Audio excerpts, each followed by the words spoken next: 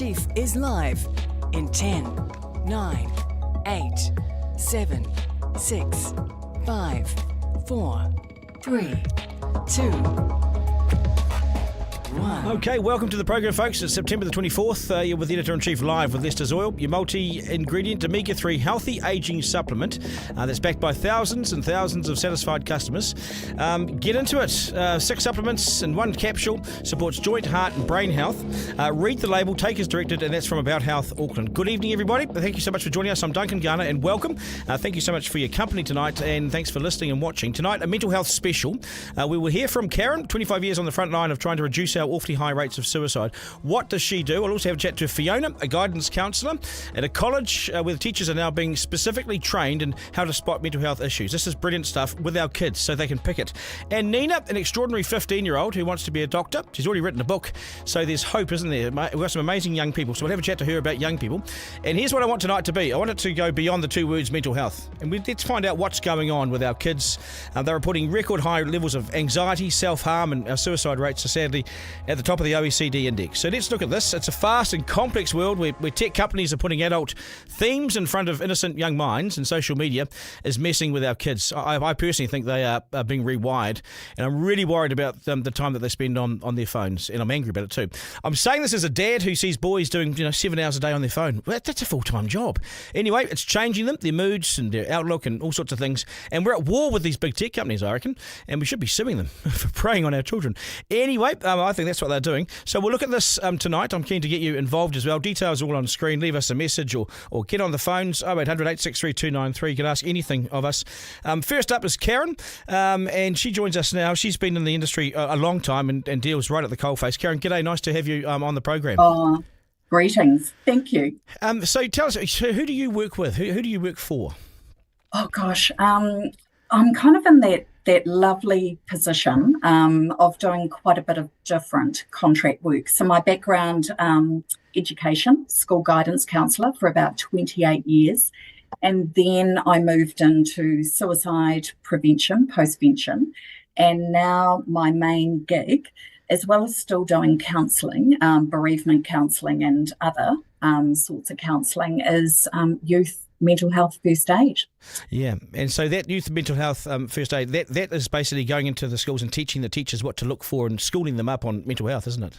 Absolutely, as well as communities. Yeah, so it's very much targeted at anyone, any adult who works, lives, is involved with youth aged 11 to 18 years. Right. Great stuff. Good work. Now, so what are you seeing? Because you work in suicide prevention and now suicide rates are high, right? And this is sad. We know this and we're trying to tackle it. What do you see? What's the worst thing you're seeing? Why are we, for instance, why are we reporting as being anxious suddenly? Why do we have increase in self-harm? Because all these stats have come through, haven't they? And it's something to really worry about.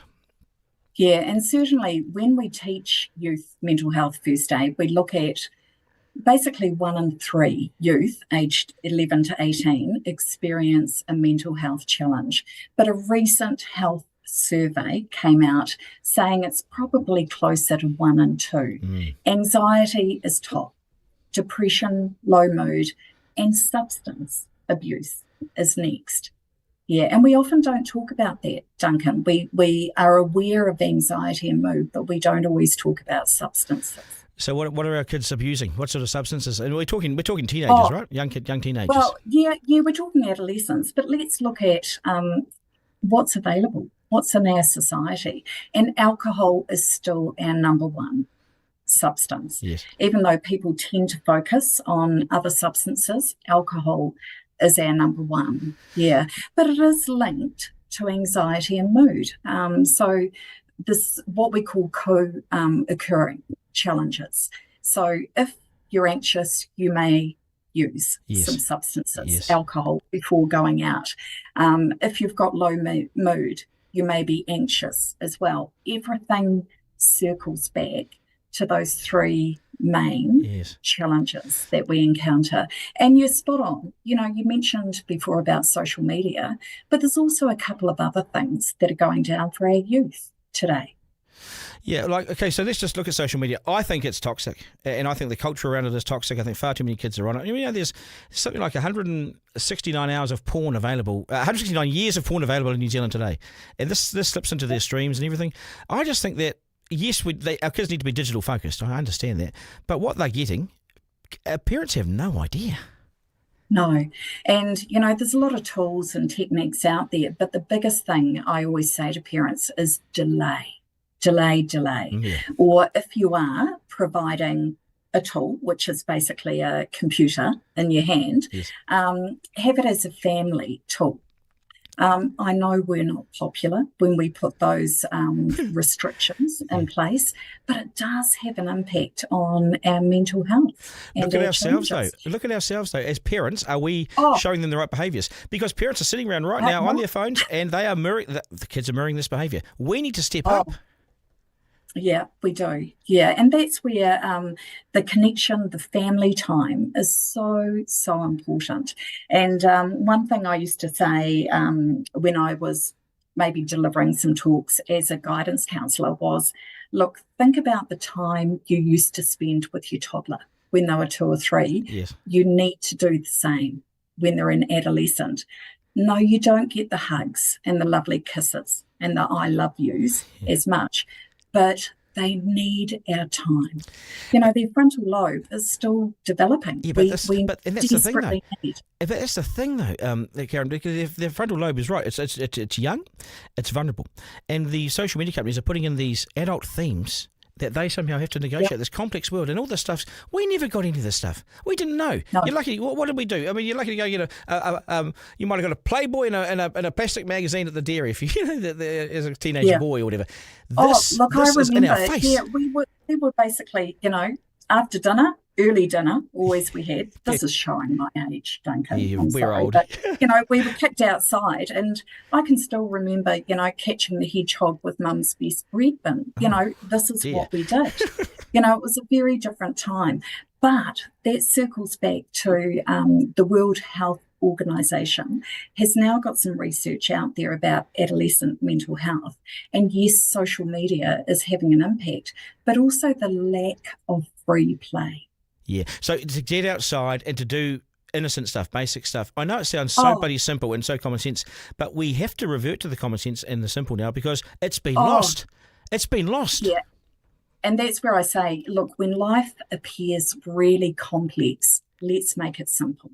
Let's make a difference with a couple of key things. And that's where when I saw youth mental health first aid, I was at a conference. I was lucky to go to Australia for a conference. And I saw it and I went, this is what's missing here in New Zealand. So what do you teach the teachers? So you're involved in teaching the teachers. So the teachers are on this course. What do they learn? Because we'll have a chat to Fiona shortly. It's a 2-day course. Yeah, 2-day course. And Fiona will be able to share a lot about her personal experience of teaching the entire staff. Because we also have to keep in mind that our young people gravitate to those that they feel most comfortable with. And certainly when I was at school, it was the librarian, it was the caretaker, it was the person in the canteen. Let's look at training and looking at what are the signs and symptoms of mental health challenges. Early intervention is absolutely key because what I was finding throughout my 28 years was that I was getting all the challenges coming my way when I thought, actually, there's a lot we can all do. And my little key thing is, as adults, we all have a duty of care to look out for our youth. But kids have always been kids, and kids never used to report like this, right? And because we were told to harden up and get on with it. But nowadays, we report. So the figures look really high because we report these things now. I wonder if it's always been high, but we just never reported it. And I just wonder if now is the window that we're looking at, if it was always like this, but we just didn't know. What's the likelihood of that? And that's where knowledge is a beautiful thing, because with knowledge, we can then put a plan in place and steps in place. And again, I'll keep coming back to early intervention, how important that is. But if we imagine kind of a continuum, and at one end we've got positive mental health, functioning mental health. Yes. It's a bit like physical health. Sometimes we get a cold, we may break a leg or something like that, and Yes. we move along the continuum. Yes. It's exactly the same with our mental health. So at times we're feeling good, we're functioning, we're doing okay, and at other times we're facing challenges. And we may also have a mental health illness or a crisis, and that's what we teach within this program. We look out for the signs, symptoms, the importance of early intervention, and we cover the range of mental health challenges that are out there for our youth. Have you dealt with have you been counselling some of these kids and you've lost them to suicide? A lot of people throughout New Zealand have, because our stats are not great. But also when we look at rates of suicide, youth covers up to 25. Yes. So when we're at school, in a school environment, we're working really hard at the well-being, the mental health. How can we intervene? Getting parents involved, keeping things as safe and as well as possible. Have we got the resource? Yeah. Do we have the resource in place for this? For schools? Yeah. Yes, I think we do. And with this program, it's becoming, and this is what Fiona will talk about, it's sharing the load with the whānau within the school. Because if we intervene earlier, it doesn't mean that things go down the line. And what we're also doing, because I know we're focusing on schools, but we're also bringing this program into communities. So we're teaching parents, we're teaching sports coaches, we're going through agencies, anyone who works with youth.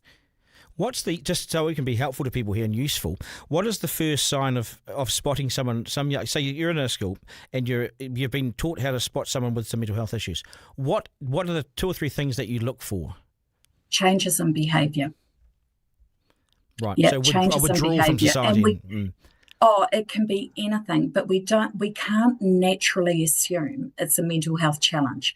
It could be a range of presenting issues or problems, from bullying to stress at home to a wide range of issues. But we have, again, I come back to that duty of care to notice and do something about it, because I think as adults we're often scared we're going to say the wrong thing, or maybe we just don't have enough information to notice certain signs and symptoms. Yes. And that's what youth mental health first aid is all about. Well done to you. Keep the hard work going. We'll get on and have a chat to Nina and Fiona. But it's tough graft, but we can get there. Do you support? Just a couple of quick fire questions.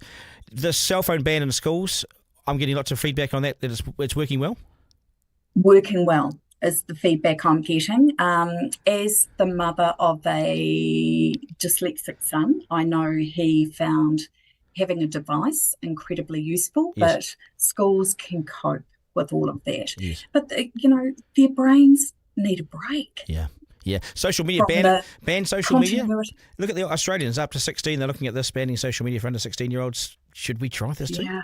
Well, yes, but again, how? Yeah. And it's often, it's pretty challenging to deal with that. But yes, based on research, the developing brain, they need a chance to develop. Karyn, bloody good to catch up. Thank you for making yourself available. You do a wonderful job and we appreciate your time. Thank you. Okay, all the best. Good stuff. Duncan, Garner, live. Okay, so I might throw some questions in there because these are the questions and some information that I've got for you. Okay. 3 questions from the Editor-in-Chief. Okay, so at number 1, what is the state of our mental health? What's the state of it if you have a quick look at it? Well, here's the rub. There is now a 300% increase in young people facing anxiety and involved in self-harm incidents than were recorded in 2010. So in 15 years, we've gone 300% up. We may be better at opening up about it and collecting data, but the numbers don't lie. We need resources to keep up with this demand. 2. At number 2, how responsive is our mental health service? It depends. It's easy to fall through the gaps between the ages of 12 and 14, I'm told, but I knew a child last week on the brink of things, and when his parents reached out, he was admitted to hospital straight away, stayed 3 nights and then let go. He's alive and kicking now. When help was needed, this family was seen. So we're going to tell the good stories and the bad, but that's a good outcome.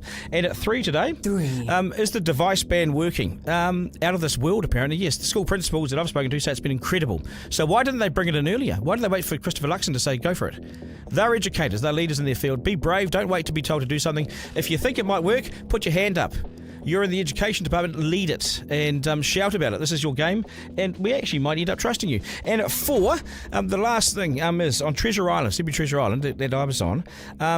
We had no phones. We had to talk and form friendships, and it works. We had blackout periods. The whole time we were there, no devices. It works.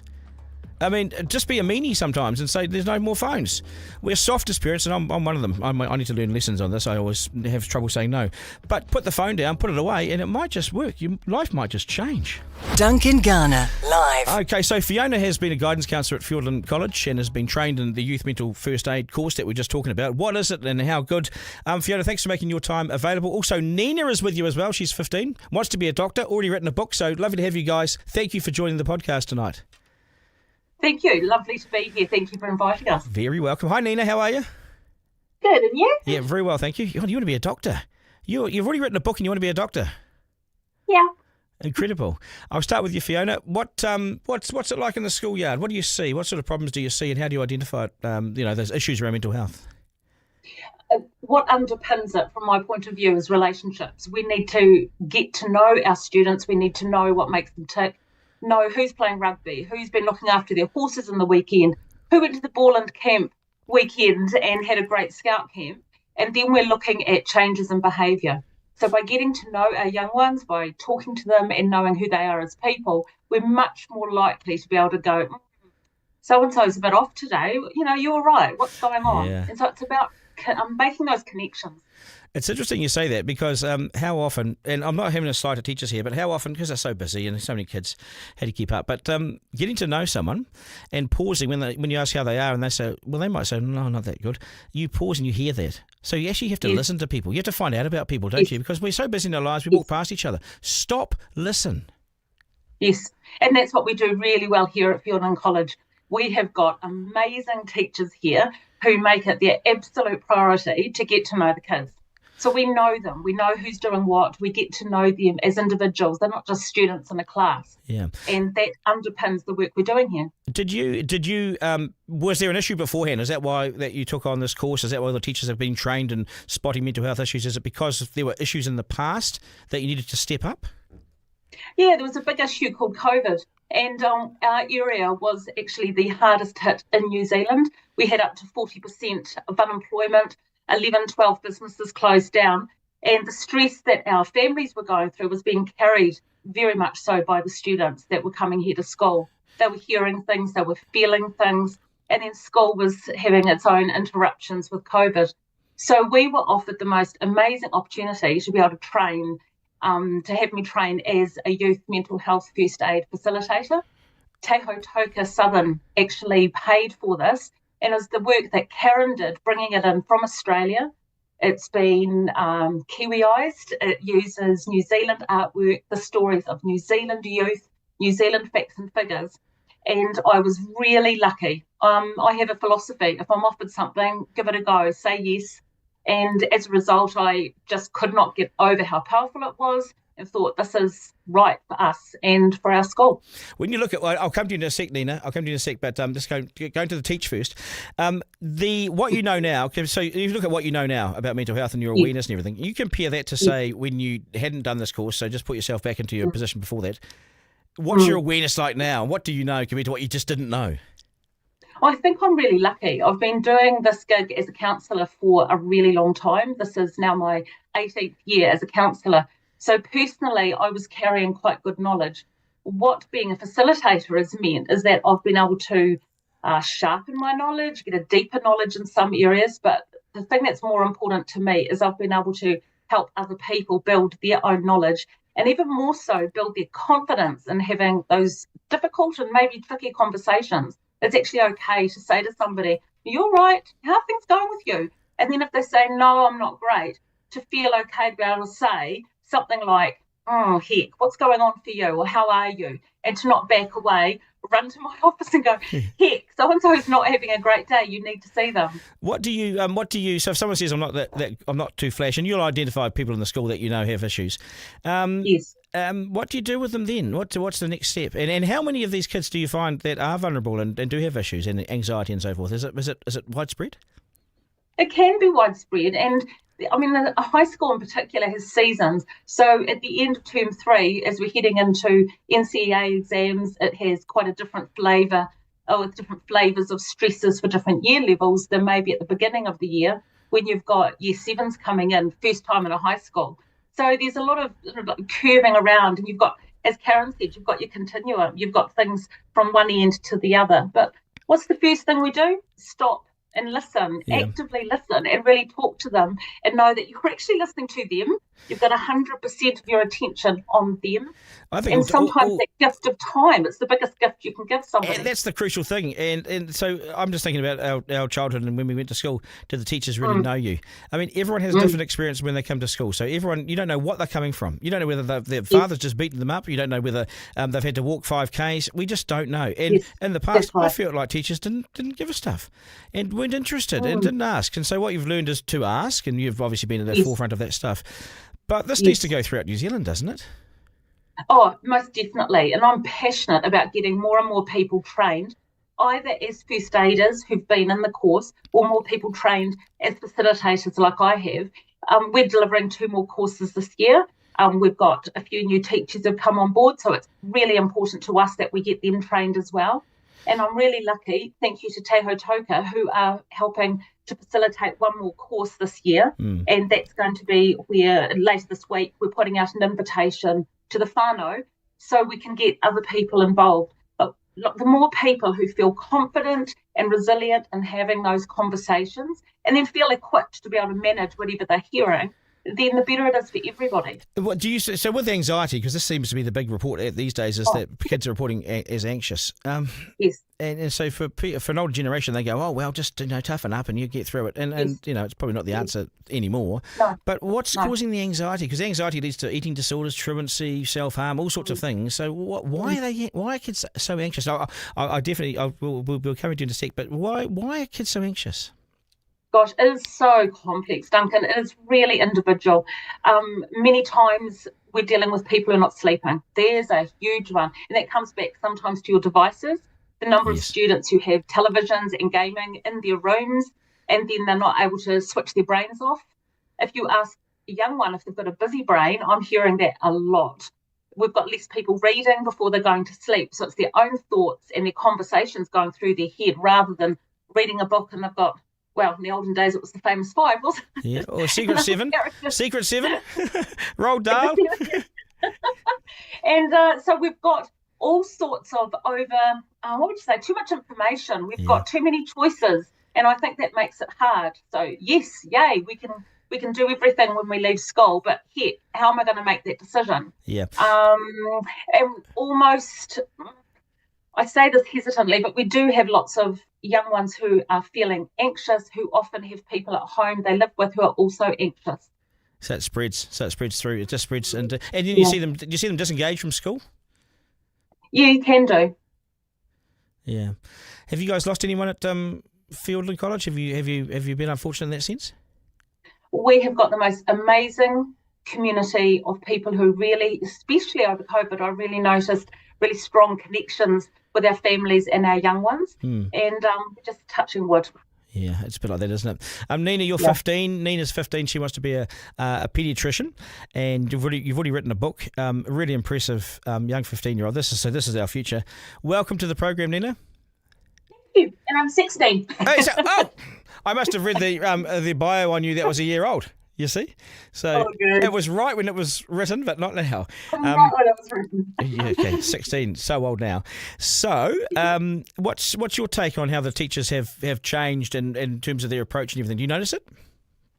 I guess for me, I've got a little bit of a different perspective to most students because both of my parents are high school teachers, so they teach at the same school here. But I feel like what's really amazing with this school is that you notice, especially talking to the younger students, if they've got trouble with something, they know exactly which teacher they're comfortable going to. And it's that closeness and having those backup people that they know are there that really makes the big difference. And I was talking to my parents, like I asked them actually just earlier today while having dinner, how are you actually using that first aid knowledge that you've been taught? Because I actually never asked them that question before. And they're saying that it's simply like actual first aid, because your mental health is a part of your body. It has to be thought of as something real, because for those people who are experiencing it, it is their reality. And those guidelines, they give you a way of focusing to actually help those students. Yes. And I feel like it's very subtle in the way it can be done, but it's a really important thing. So what is it? So you, amongst your friends and the people you see, in class and in the school, what is it that gets them down? Why are they anxious? And do you suffer similar anxiety to others?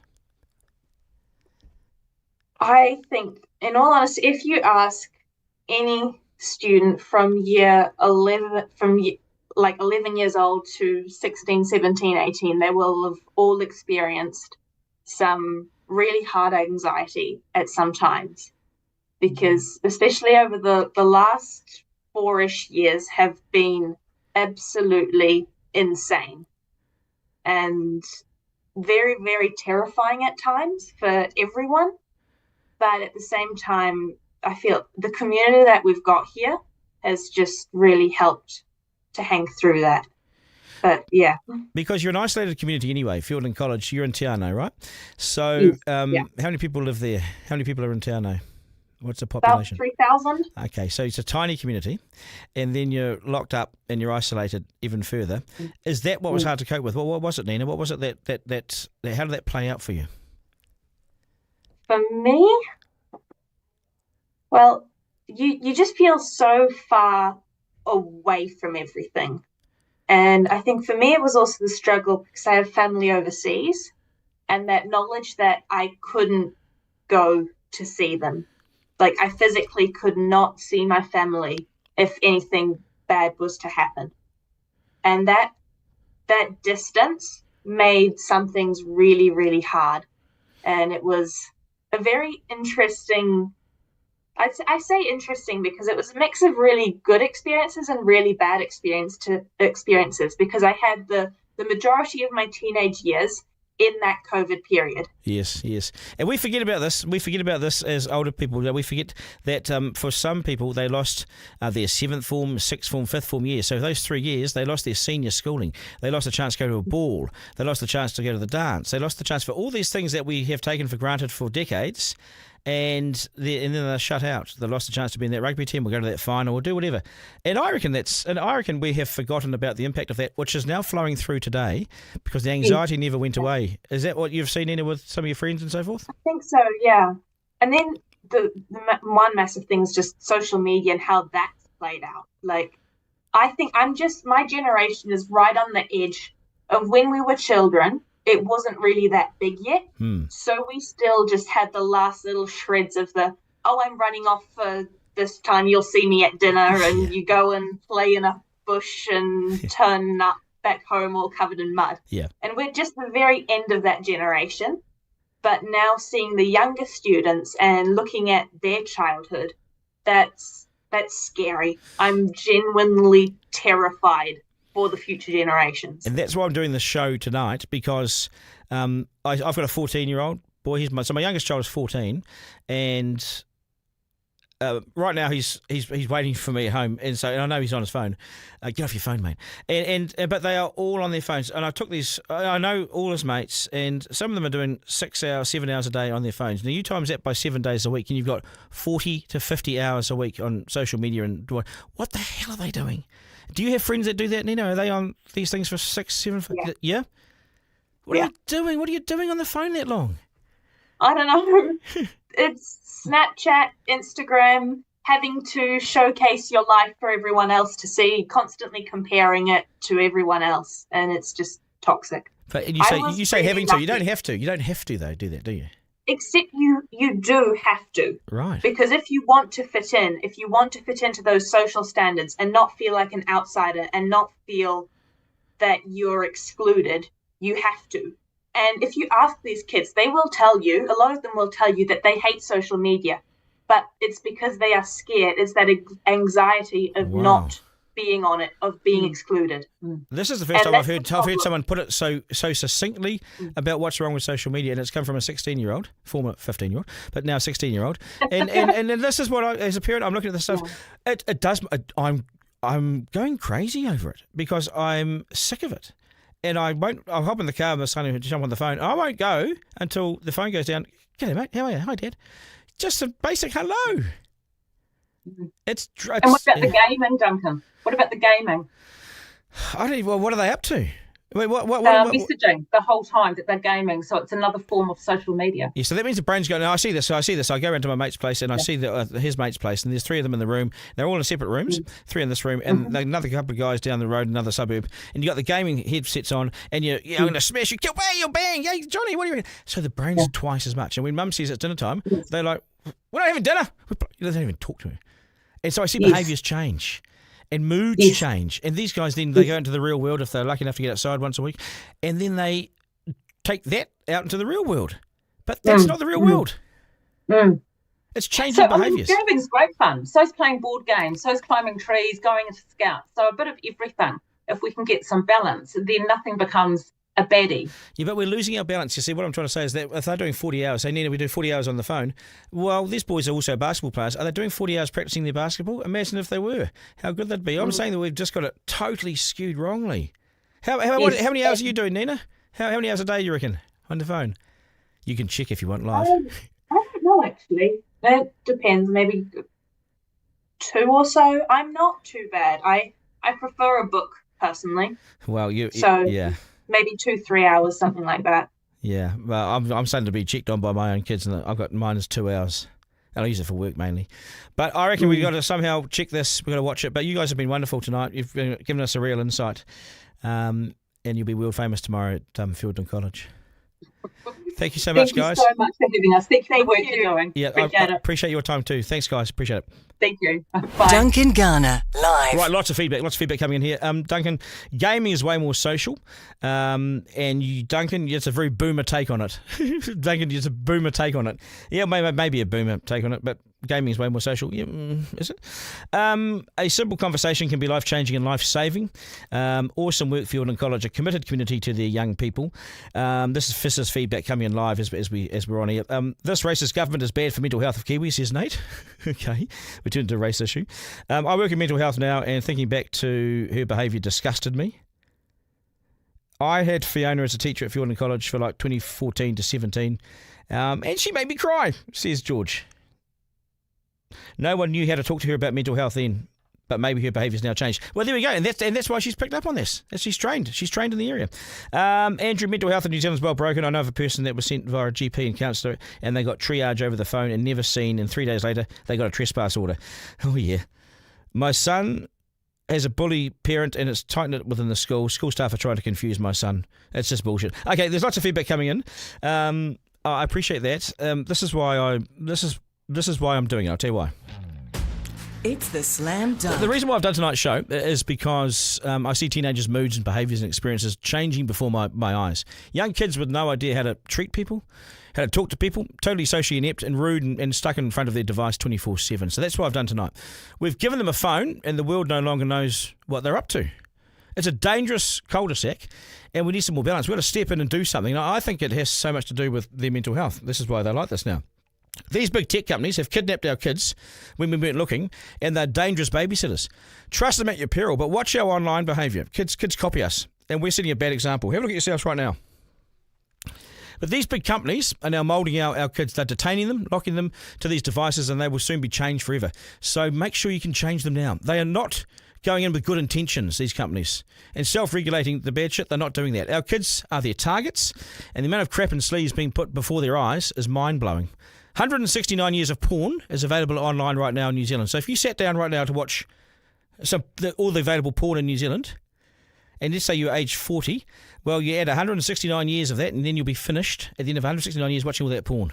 It's incredible, isn't it? Where to go? It's a lot of porn. I think you sort of had enough by 80 years ago. Don't lose yourself to this. Self-congratulations, highlights, reels, and likes. It's a nonsense. The world's not always amazing and social media pushes that it is. It's not. Get them outside. Have your own bands in place. Get busy and not passive in this space, and we might have a better future. Get off it. See the world and see your own hand in front of your face sometimes. Like vaping, we let this thing out of the bag, and the horse bolted. We've let our kids down, I reckon, by standing by so hopelessly and passively in the space. I admire the Aussies for trying to ban social media to those under 16. It's worth a go. They're juvenile, not ready for these adult themes and things in their heads to be messing with them. Too much pressure, too much bullying, recording fights, recording dinner, photos of meals. Who gives a toss? Go and live your life. And after 40 hours on a device, every week, what are you left with? I often say this to my son and his mates. What did you get for that? You're left with little connection to the real world and what's real. And friends are not mates. They're a figment of your imagination. They're friends online. Just step in for a few seconds and get curious to what your kids are doing. Find out and surprise them. Oh, what are you doing? Oh, you catch them. And get interested. We can't hand them over so willingly and easily to the babysitters that will destroy them, which is what's going on right now. And you heard what Nina said. She's terrified. So much is at stake. Duncan Garner, live. Right. How many hours on your phone today, Forrester? Many, if any?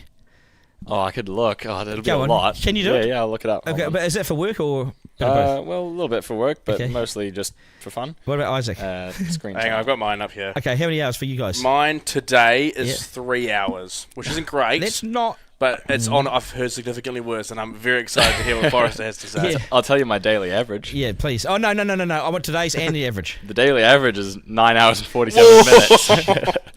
What are you doing? Hang on. How many hours in a day? 24? Yeah. How many hours do you sleep Today for? today was 7 hours 33. Yesterday was 12 hours. Forrester, what do you do?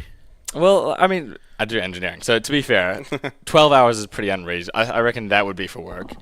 But a What are you doing substantial for amount work? would be... You use your phone, everything, don't you? You do, or though. just like email, contacting Imagine if you people. lost your phone. Imagine if I took your phone off you for 12 hours. Oh, it wouldn't be good. I You'd wouldn't be be lost. happy about it. No, but interesting to hear, especially what Nina said there. It terrifies her. Having to keep up with. Totally. Look, she feels like she has to push her life, Isaac. She has to, put her life out there. And to be fair, although I do use my phone a lot, I do love a day when I don't have to go on it. It's awesome. When was the last time? Oh, probably like 3 days ago on the weekend. I probably went on it 15 minutes the whole day. Were you hungover? No. Okay. Just in general. Just checking. You got to experience life. It's a great tool, but you got to use But it. you're a pretty balanced guy, though. Yeah, I like to balance it out pretty well. Yeah.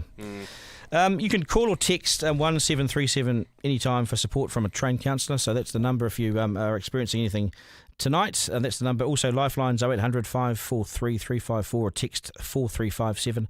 Youth Line is 0800 376 633 or text 234.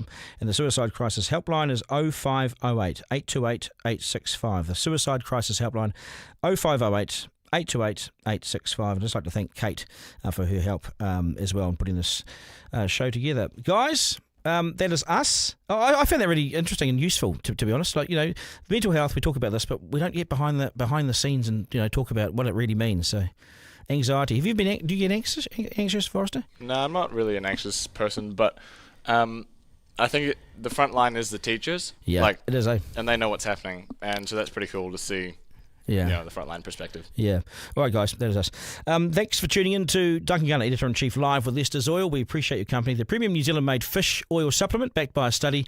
Support joint, heart and brain health. Use the code Duncan for 10% off. Abouthealth.co.nz. Take as directed. Read the label.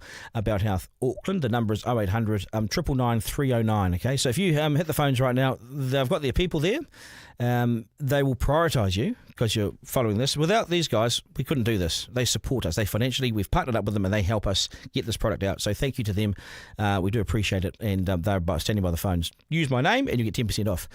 That is us. This will be available as a podcast very shortly on Rover. Or wherever you get your podcast. Check out the new Rover app, though. It's really good. The new Rover app's great, isn't it? I really like it. They've done a good job, so check that out. Thanks for your feedback and your support. I'm Duncan at rover.nz. Get hold of me anytime. To my team, Isaac and Forrester, these guys are rock stars. Without them, it doesn't happen. We'll do it all again tomorrow. Remember, life's no dress rehearsal. There's no curtain raiser. You're in it. You're living it. So get out and enjoy it. We live on one of the best places on earth. So go have a great rest of the evening. Take care, folks. That was Duncan Garner, Editor-in-Chief Live. Missed something on the live stream? Text Duncan to 3598 to listen back on the podcast. Want to get in touch? Call 0800 863 293.